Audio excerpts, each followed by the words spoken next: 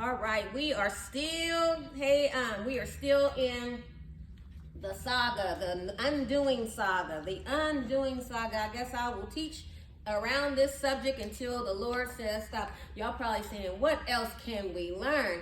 Well, today we are in Daniel chapter 6, and we're going to see this undoing. We're going to see Daniel going from a set up to a setup. Right. Daniel, we're going to see the undoing. We're going to see a reversal. We're going to see him go from a setup, a negative setup, to a positive setup. All right? Are y'all with me? Y'all ready to rock and roll? Y'all out there? Y'all with me out there, virtual space? I'm going to continue to see if I can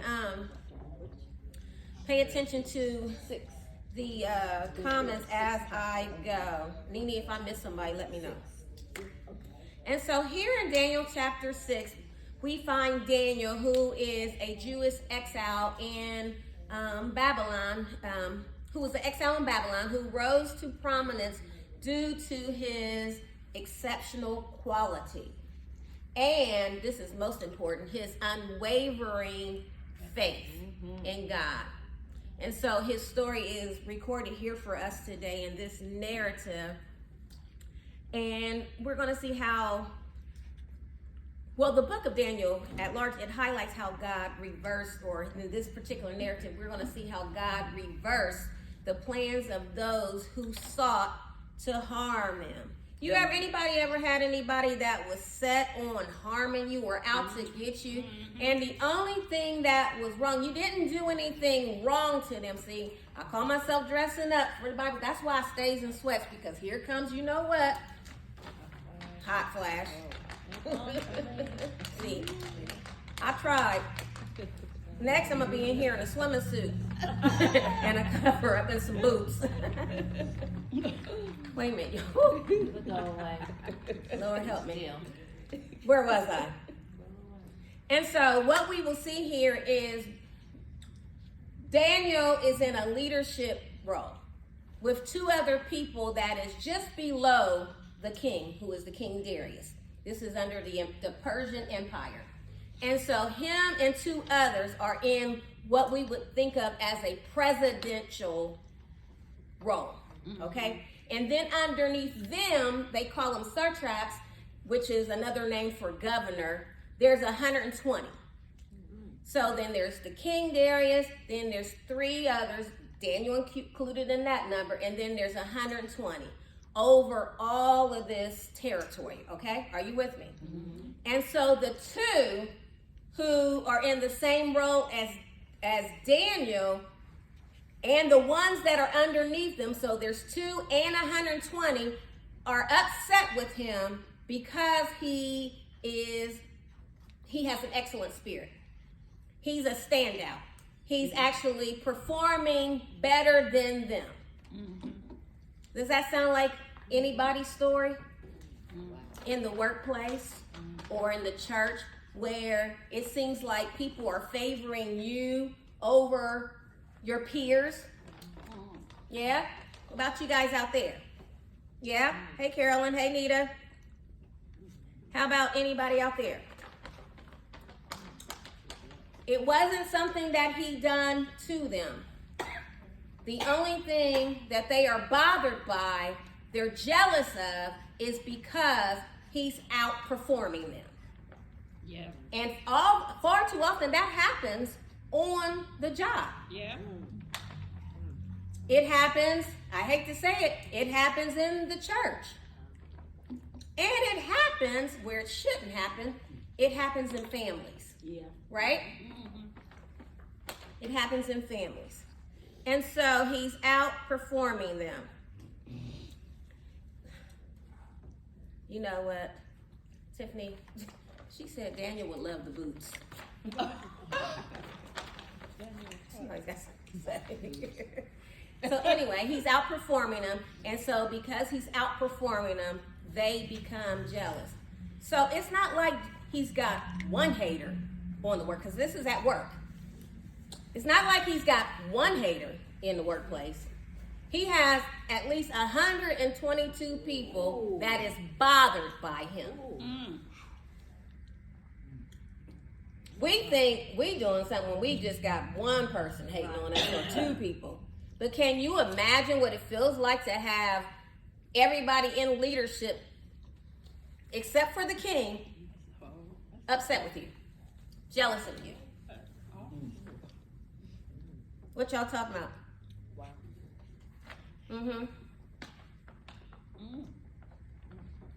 Or could it be that maybe if we are not being hated on, are we doing the hating? Are we jealous because a sibling or a cousin may seem to be outdoing you? It happens. And we get jealous? Or are we the one in church and we're upset because the pastor is using one person more than they're using you? And you become jealous? Or even on the workplace, are you the one that's gathering around the water cooler talking about the one, talking, and the conversation is she thinks she all that or he think he all that? That's dangerous. But not only that, he's a Jew in a Persian empire. Oh, yep. So he's outdoing people who are Persians. So can you imagine that conversation? How dare this outsider comes in and think he better than us? That's the word.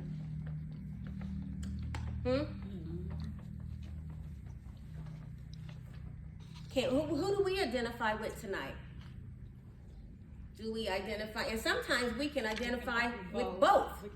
We can be a Daniel, and also we can be some haters too. Y'all quiet out there? Because we always say, I ain't hate. Are you? Because you may not be saying it verbally, but are you thinking it? You know you a hater. This is how you can indicate if you a hater.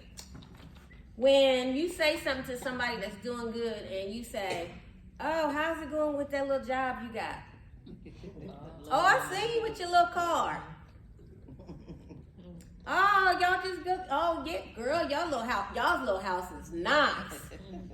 Oh, I see you with your little outfit on. Okay, little shoes. Okay, with your little purse. Notice the word that I keep using. Little. Y'all quiet. Y'all mighty quiet over there. Hey, haters. Y'all mighty quiet over there. Huh? What we talking about? Ooh, y'all quiet. But I believe that many of us can identify on both sides of the coin. We can be the one who is being favored, and we have other people that are jealous, and then we can also have some jealous tendencies also. Oh, I see your little hairdo. Oh, you got your little braids in. Oh, you got your little wrap. Yeah. And so, he is the standout kid. He's the one amongst his peers that he stands out. It says he's exceptional. He has an excellent spirit. And so his exceptional qualities and his integrity made him stand out among his peers to the degree that the king, his superior, is taking notice. Look at verse 3 in chapter 6. Look at verse 3 in chapter 6. It says, then this Daniel distinguished himself above the governors and satraps because an excellent spirit was in him, and the king gave thought to setting him over the whole realm. So they met, and the king ain't even gave him the job yet. He's only considering him for the job, and this is pissing them off. And it could be that prior to him being considered for the job, maybe things was good. Maybe they had a good working relationship. But sometimes things change where in one moment people love you, but as soon as you get ready to elevate, hate you. now everybody, they treating you a little different. Y'all remember King Saul?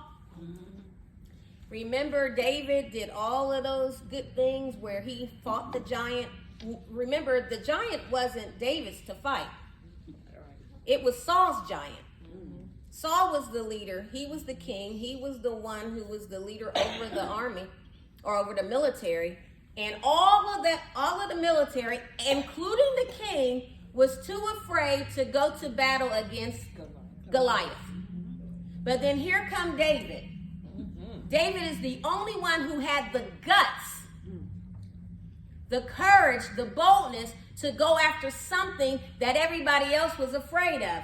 But then when he inquired about going after him, his own brother had something to say. He criticized him. But then after David handled the giant, he killed the giant. And then because basically that's helping Saul. And then after he was going out and doing the battles and stuff and coming back in, Saul, because some women started singing a song, because that's what they used to do back then when a war was won, the women would go out and they would sing and they would greet the military coming in. And because somebody else's comparison, not David comparing himself to Saul, hear me tonight, because other people was comparing the two. They said, Saul has killed his thousands, but David has killed his 10,000. Because they did the comparison, Saul heard it and immediately got jealous and started hating on David because of what somebody else said and what other people thought about him. It wasn't about what David said about himself. It was about what other people said about him. So I wonder tonight, who is amping you up? Who is talking great about you? Who is comparing you to somebody else and is causing the other person to start hating on you? I went through that. You went through that? Yep, in the program. In the Remember program? that issue with the guy in the house? Mm-hmm. That was, because there was two peer supporters talking good about him. Mm-hmm. That's when then I found out that he ended up liking one of them, but they didn't want nothing to do with it. But yeah, So sometimes it's that's hating. where all that came from. So sometimes hating is not when you brag on yourself. Sometimes hate comes from other people bragging on you, other people amping you up. Any questions? Any questions? Hey, Paul. Hey, everybody. I hope I spoke to everybody. That's right, Lisa. Here comes the haters and jealous people looking at you. Lisa said cross-eyed. All right. That's right. Looking at you cross-eyed. And so he won the king's favor, and the king is now considering making him to be a ruler over the whole entire kingdom. And so here we have it. Again, when you start getting ready to elevate, here comes the hater. So again, and hate starts from jealousy. And so jealousy of the high-ranking officials, the administrators, along with the satraps or the governors, tried to find, guess what? Now, because of his popularity, they're now trying, his peers Set him up. are trying to find something on him.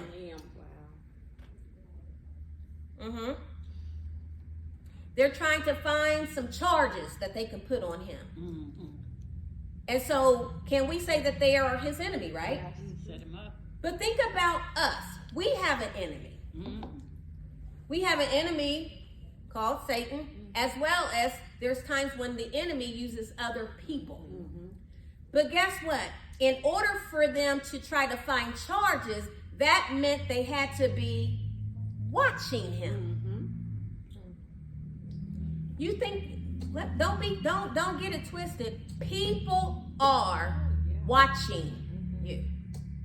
Just like the women, when David came in from battle, him and Saul was coming in from battle, and they were saying Saul killed his thousands, David killed his 10,000, that meant that they're watching.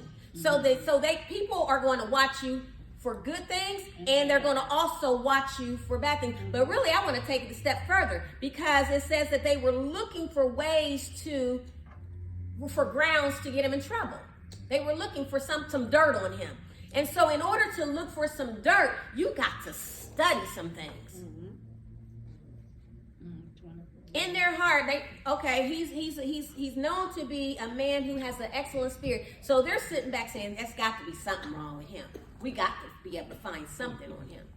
Sometimes people won't take you at face value. And all you've shown them was good things about you. But they swear up and down, no, there's some, That's how we hate on people's marriages. Oh, ain't no marriage that good. I'm sure they doing something wrong. Their husbands or their wife is doing something. Oh, I know y'all quiet. We can't take people at face value, because there's got to be some dirt in their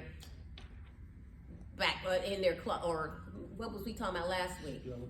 The skeletons in their closet. And so they tried to find grounds for charges against Daniel. Like they were looking for stuff maybe on the job, like in his conduct. Are you with me? His government affairs. But guess what? And that's in verse 4. They weren't able to find anything. Okay? We're going to be talking about undoing. So look at verse 4. It says, so the governors and the satraps sought to find some charge against Daniel concerning the kingdom, but they could find no charge or fault, because he was faithful, nor was there any error or fault found in him. So they watching him. They're looking for something. They're searching for something. And the same is true for us if we can identify with the Daniel side of it. There's people who are watching you on your job. They're waiting for you to mess up. They're looking for something. They're looking, honey, when you send your stuff over to get QC'd or whatever, they're looking for a way to get you, because they don't like the fact that you are favored. And so they're studying. And sometimes people are watching you, don't even know they're watching you. That's true. Because Daniel may not know that they're watching him. You got any questions? Any questions? Hey, Nora. Lisa got the eyeballs out here, the little memes and eyeballs. And so we see here that they are looking for something. They're looking for him, looking for something that he may be doing wrong on a job, and they wasn't able to find any error in him. Again, he was faithful, and there was no error or fault found in him. But look what they do next. Then it says, these men said, we shall not find any charge against this Daniel unless we find it against him concerning the law of his God. So they move from the workplace, trying to find something in the workplace. Now they looking for something that they're going to try to use his faithfulness to his God. They're going to try to catch him up on that. So they studied him so much so that they even knew that Daniel's pattern, they studied his pattern so much so that they knew that Daniel prayed 3 times a day. Okay? And that's, as a side note, because he's known to be excellent, has an excellent spirit, and he's outdoing his peers, could it be that the reason why he is able to be excellent, or he is operating in greatness, is because he has a prayer life? Yes. Notice he prays 3 times a day. Right? Let's look at it.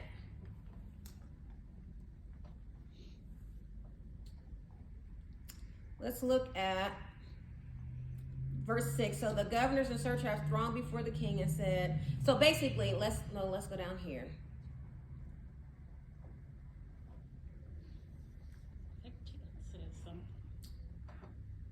I believe it's going to be, we'll get to it. 10? Is it in 10? He needs 3 times a day. Where we at? Now, when Daniel knew that the writing was signed, he went home in his upper room and his windows open towards Jerusalem. He knelt down on his knees 3 times a day. Okay, so they knew. I was trying to find it where they knew that what they did. Let me back up. What they did is, because they couldn't find no fault, they now are moving to set him up. Because they understand. Remember, we're talking about this undoing Saga. We're talking about undoing a setup for a setup. Okay? So the setup here is, what they're doing is they understand that Daniel prays to his God faithfully 3 times a day. So what they do is they go to the king, unbeknownst to king, and actually it's going to sound familiar to y'all. They go to the king and they basically tell the king, oh, king, what you should do for the next 30 days is you should have everybody under your realm, you should have everybody worship you and you only. King don't know that they're doing this to set up the guy that he's favoring. Who does this sound like? Esther. As the book of Esther, right? So this ain't something, the people setting people up is not new. Okay? They were setting people up back in the day. And so, again, this sounds familiar. This is who? Haman is trying to set up Mordecai. And unbeknownst to the king, right? And so here, another situation where they're going to a king and they're making it seem like this is for the king's good. Oh, we want to worship you and we think you should make it a law, make it an order, sign an order that the only one that we should worship for the next 30 days is you. And if anybody else do anything other than that, that's against the law, they're going to the lion's den. King don't know it. He doesn't know. Unbeknownst to him, they setting up the one he's favoring. Look at us. God favors us, but it still doesn't stop the enemy from trying to set traps. Right. But we're talking about the undoing, right? We're talking about from setup to a setup. And so here, they're devising this plan to set dude up. And guess what? This portion of it works. The king signs the order. And this is what I like about Daniel. Daniel is aware that this order has been signed. But notice that he still is faithful to his God. He is still faithful. Because windows is open and he's praying 3 times a day. Would we be that faithful? Or would we close the window, try to hide our prayers? He's not moved by this. His faithfulness trumps whatever order that is that the king has signed. And he continues, he doesn't compromise. He continues with his faithfulness, with praying 3 times a day with the windows open. What is that saying? I don't care who hear me. I'm going to continue to do what I continue, even if y'all setting traps. Can we continue in our places of work, our places of business, in our churches, in our faith? Can you continue to still be in your, can you still be faithful to God? Can you still not allow other people to take you out of character when you recognize that they plotting against you? Or are we going, I'm going to fight them? Oh, set me up. Notice what Daniel didn't do. Daniel didn't run to the king and be like, yo, look what they trying to do. Woe, it's me. Well, no, he kept doing what he was doing. He didn't allow them to pull him out of character. Now, did it bother him? Perhaps it did bother him. It will bother us. But he knew that he couldn't allow that to interrupt, because he probably understood that prayer is what got me here anyway. It got me in the position. Prayer is what keeps me. So he had the windows up, but okay, y'all setting me up. Oh, gracious Father. And so, boom, they get the evidence on him, right? Again, Daniel's faithfulness. They get the evidence that they need, and guess what? The officials are successful at setting him up to this degree. Are you with me? Y'all got any questions out there? Have I missed anybody's question? I think we're good out there. All right. And so now, when they catch him, they run back and tell the king. And they don't even tell the king who it is yet. Are you with me? Look at verse 11. Then these men assembled and found Daniel praying and making supplication before God, before his God.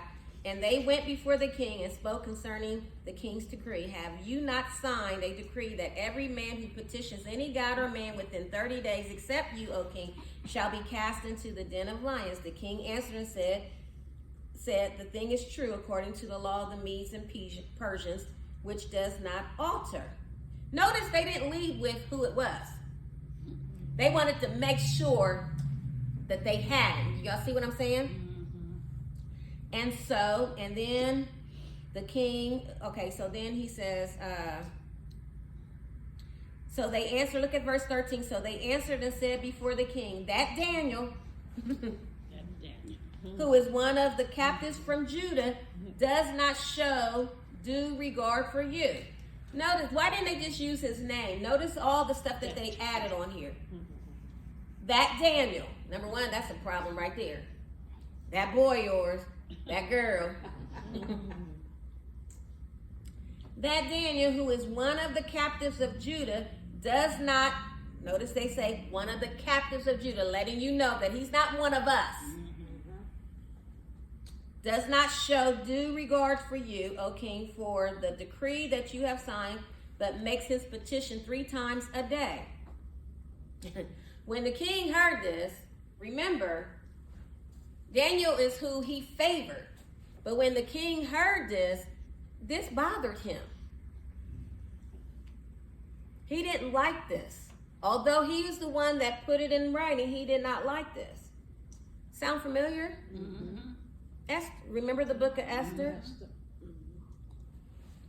What does that say to us? Sometimes you gotta be careful with making some decisions without fully thinking the thing through.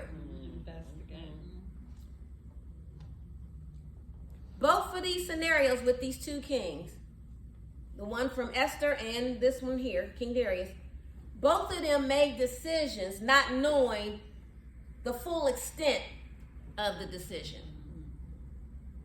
And sometimes that's what we do. We make these hasty decisions without thinking things through. And then after we make the decisions, we find, oh man, I shouldn't have done it. Some of us done bought a car without thinking it through, just haste, just impulsive, and then find out that that thing is a lemon.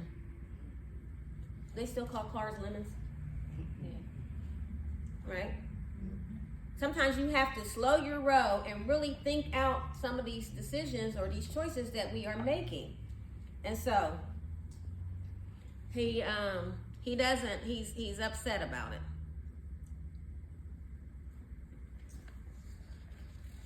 And so this makes King Darius very reluctant in enforcing this law. And so he spends all day trying to figure out how to get around this. That's how bothered he is about this decision. He would have been okay if it was somebody else, but because it's Daniel, he doesn't like this. Because if I get rid of him, this is my top performer. Can you see the stress that he's going through? Any questions? That's right, Norris. Always consequences to your decisions. And so the king says, after he finds out that it's Daniel, and it says in verse 14, look at verse 14, it says, when he heard these words, was greatly displeased with himself, and set his heart on Daniel to deliver him. And so he labored till the going down of the sun to deliver him. And then here they come, reminding him, you got a job to do. you're going to have to uphold the law. He spent all day, from sun up to sundown, trying to figure out how to deliver Daniel out of this situation. And so tonight we're talking about the undoing of a setup. Here, the king's hands are tied. He can't undo it. He can't do it. And remember, he is the most powerful one in that empire. But although he is the most powerful one, his hands are tied because of the law. So he, the king, can't undo this setup. I'm going somewhere. He can't undo it. Although he's tried. Have you ever tried to undo some decisions? Yeah. And only to come up short? You can't undo it. There's some relationships that I wish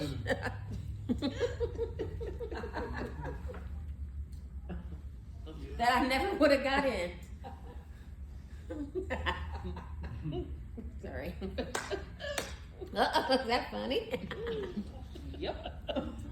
Yep. There's some baby daddies out here y'all wish y'all could have undid, right? Some baby mamas. Y'all, that's where they coined that term, baby mama drama. There's some baby mamas y'all wish y'all could undo, but there's times where your hands are tied.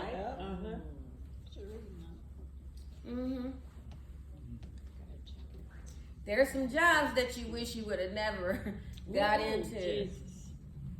But right now, you got to stay in it because your hands are tied because you got bills to pay. Right. Any questions? Y'all with me? Everybody with me? And so, here his hands is tied, so he doesn't have the power to do the undoing of this setup, although he wants to. Sometimes we can want to do something so bad, but we don't have the power to do it. Isn't that something? And so he was distressed. He was upset. And so here they come, reminding him of the law. And in verse 15 it says, then these men approached the king and said to the king, now, O king, that it is the law of the Medes and the Persians that no decree or statute which the king established may be changed. So they're reminding him, you ain't nothing you can do. Sometimes we can find ourselves, especially here in America, we may feel like some of the things that is being done to us, we may feel like we don't have the power to undo those. And we don't. There's some things going on right now that's we see this undoing is not just stuff that I'm teaching. There's some undoing going on in the country. Yes, it is. Isn't God good? Because God spoke that word to me prior to January 20th. It's some undoing going on. And we may feel like we're powerless. And right now we are. There's nothing we can do to undo what he's doing. For those of us who are upset about what he's doing. I mean, I'm sure there's some people that's probably happy about what he's doing. But there's a lot of people that's not happy about what he's undoing. Okay? But, y'all hear that word? But is a conjunction, right? He ends up having to send him to the lion's den. He doesn't want to, but he has to send him there because it's the law. And when he sends him to the lion's den, he says to Daniel, he says, Daniel, your God whom you serve continually, he will deliver you. Now he's got faith. We're talking about a Persian king. Then a stone was brought. Now this is when he's putting him in the lion's den. And then a stone was brought and laid on the mouth of the den. And the king sealed it with his own signet ring and with the signet rings of the Lord's, that the purpose concerning Daniel might not be changed. Don't it seem like it's a done deal? He's in the lion's den, and what is the nature of a lion? What does he do with prey? Eat them. Eat them. He devours them, right? Right? Yeah. And so the king couldn't get him out of it. Now the stone is over the mouth of it. Daniel can't run up out of it. And now he's there, not with one lion. Notice it says lions. So he's in a den with a bunch of lions whose nature is to devour you, to tear you up. I don't want to meet you. I don't even want to meet a coyote. Matter of fact, I don't even want to meet a dog bigger than this out on the street. Are you with me? And so here he is, set up. Looks like the plan is working. We want to get rid of him. We don't like him because he is favored. We don't like him because the king is considering promoting him. It was cool when he was our equal, but now that the king is trying to elevate him, we don't like that. So we're going to do everything in our power to stop it. And it looks like they're winning. So far. But Yeah. God steps in.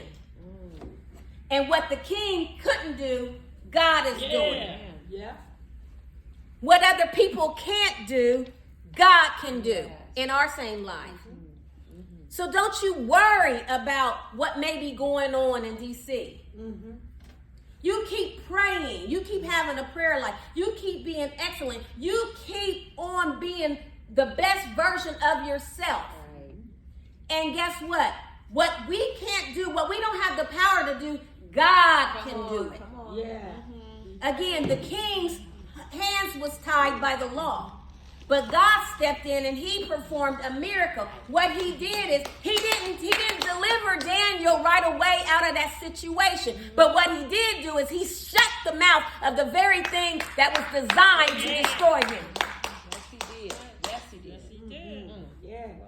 So thank you. For those of you who's trying to run to other countries, no, baby, you stay right here. This your country too, and you wait on a God because there's a but coming to our situation. There's a but coming to our situation. We might be going through all kinds of things, especially as African Americans, but God. But God. And I don't want to just put it for African Americans. It's all people. Yeah. Anybody who is being affected by oppression and different kinds of things that is meant to keep you down or in captive or whatever. But God. And that's what we need to have in our spirit as a but God. We don't allow nobody to take us out of character. Whatever they're doing at the White House, I know it's scaring us half to death. But God. Yes, sir. You keep doing what you're doing. You keep praying. You keep going to church. You keep going to the store. Prices may go up, but buy what you can. Yeah. That's it. But God shut the mouth of the lion. But notice that, pay attention to the details that God is so good. What time is it? Okay. God is so good. Look at the details. He shut the mouth. He could have done it a different way. He could have just made it where the lion didn't have an appetite. Because we think it's just about eating. But notice what else notice how he closed the mouth. Notice that if your mouth is closed, you can't roar. That means I can't hear the threat. Look at the care, look at the details he took. Look at how he took the time with Daniel, look at how he thought of everything in this situation. He didn't just stop him from eating him, he stopped him from hearing the threat. He closed his mouth. You know them big lion, big old teeth? Yeah. He closed the mouth so he couldn't see the threat. Oh, I don't think y'all with me right now. I did. Look at all he didn't just stop him from eating him. He stopped him from hearing it. He stopped him from seeing it. And guess what? He preserved him in it. Mm-hmm. And sometimes what happens with us is we think deliverance comes right away. No, he had to be in that situation for at least 24 hours. Yeah. And when God brought him out, he undid. God did the undoing of what the enemy thought that he was going to get done. He undid. Is it undid? Undo. He reversed it. That's it. He reversed it. Because guess what? Not only did he reverse it, he delivered him out of the den. He delivered him. And you know that promotion that they tried to stop him from getting? He got it. Y'all ain't hear me? He got it. Oh, y'all ain't hear me again? He got it. Yes, he did. He got it. I was reading notice said that they put the wives and the kids in there. Oh, wait a minute. I was going to get to that part. But you can go ahead and preach it. What you say? No, he put the kids and the wives and all them in the You ever heard of reaping what you sow? Yeah. You better be careful what you try to do to other people. kids though? Yeah. Yeah. Yeah. It You took dig their a whole hole for somebody family. else, gotta dig one for you. They did. The very ones That's right. who tried to do that to him, it was reversed and it backfired on their own house. That's why you have to be, and this is a good teachable moment. We have to be careful because sometimes we think what we're doing to people is just us, but it affects other people in our lives. Yeah. When we make poor choices and bad decisions, it trickles down to our Everybody children. around it. It trickles down to our spouse. Right. There we, yeah, That's you how see, I know, yeah, that's there how we the go. mob- that's how the There we mob go. does it. The mob, you mess with the mob, they take your whole family out. Yeah. So that's why with this, we have to be careful because sometimes we go around and we do all this dirt, but then we cry when it backfires on ourselves. He wasn't doing anything to nobody. So I know what you're saying. You're looking at it like, oh, their whole family. But did you not notice that he was in a lion's den? And if the God wouldn't have shut the mouth, how he would have been devoured? Guilty by association. So we see here the undoing. But notice who's doing the undoing. What we can't do, God can. So I hope that this served as an encouragement to you. But I can't quit without I can't quit without taking it to Jesus. You know, when they put him on that cross, they thought they were doing something, Yeah. right? They thought they were doing something. Oh, we're gonna get rid of him. That's what they thought. Yeah. What they wanted to do, the religious sector, what they wanted to do is they wanted to get rid of him. They wanted to silence him forever. But my Bible says that although he was nailed to that cross, Okay, come on now, Kelly. my Bible says that although he bled, suffered, and died, Man, Come on now. my Bible says although he was buried in a borrowed tomb. But notice the word borrowed, because when you borrow something for some of us, that means you're going to give it back because you ain't going to need it long, right? Come on now. But then the Bible says that on the third day, he got up with all power in his hand. We're talking about going from a setup to a setup. Yeah, they set him up when they put him up on the cross, but the setup went to the other kind of setup that I'm talking about tonight is the setup of a promotion. You've been set up. So when you get set up, look for the setup. I know that's a play on words. Going from a setup, a negative, to a positive. All right. Wow. Good. Ooh. Good. Well, I tell you. All right, guys, you can leave live on for a minute.